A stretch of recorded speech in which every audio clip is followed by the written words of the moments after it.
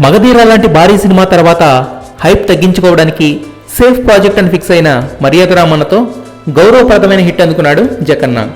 అదే ఫార్ములాని మళ్ళీ అప్లై చేస్తున్నాడా అనే డౌట్ రైజ్ అవుతుంది. ఎందుకంటే నియర్ ఫ్యూచర్లో బాహుబలి 2 షూటింగ్ ఫినిష్ అయిపోతుంది. At the same time Rajamouli next ప్రాజెక్ట్పై కూడా ఏ క్లారిటీ లేదు. కానీ బాహుబలి రైటర్ అయిన Vijendra Prasad super hit cop story అయిన విక్రమార్కుడు సీక్వెల్ విక్రమార్కుడు 2 కథను రెడీ చేస్తున్నాడట. 10 ఏళ్ల తర్వాత సీక్వెల్ రెడీ చేస్తున్నారంటే ఖచ్చితంగా రాజమౌళి కోసమే అనే టాక్ వినిపిస్తుంది.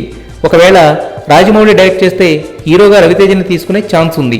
ఒకవేళ అదే కనుక జరిగితే రవితేజ కంటే లక్కీయెస్ట్ మ్యాన్ ఇంకెవరు ఉండరనిపిస్తుంది. ఎందుకంటే ఇప్పుడు హిట్స్ మాత్రమే కాదు, కనీసం సినిమా స్టార్ట్ చేసే పరిస్థితి కూడా కనిపించడం లేదు రవితేజ యాంగిల్ నుండి. ఒకవేళ రవితేజ కాకపోతే ఇంకెవరు అనేది ఊహించడం కూడా కష్టం.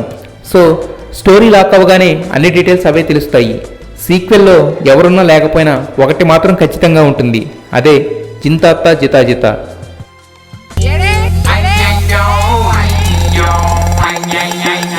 అరే బతకడానికి ఏదో చేయాలంటే పందికి నాకు పెద్ద తేడా ఉందిరా. ఇప్పటికైతే పెద్ద తేడా ఏం లేదురా. విషయం రా, తెలివి ఉండడం, చెయ్యగలనే నమ్మకం ఉండడం మంచిదే. కాకపోతే చేయడం మొదలు పెడితే తెలుస్తుంది మన చావ ఏమిటో. సరే పని చేయాలని మూడు వచ్చిన ప్రతిసారి టెంకాయలు కొట్టి శిలాపాలకాలు పెట్టే మంత్రిలా కనపడుతున్నానా?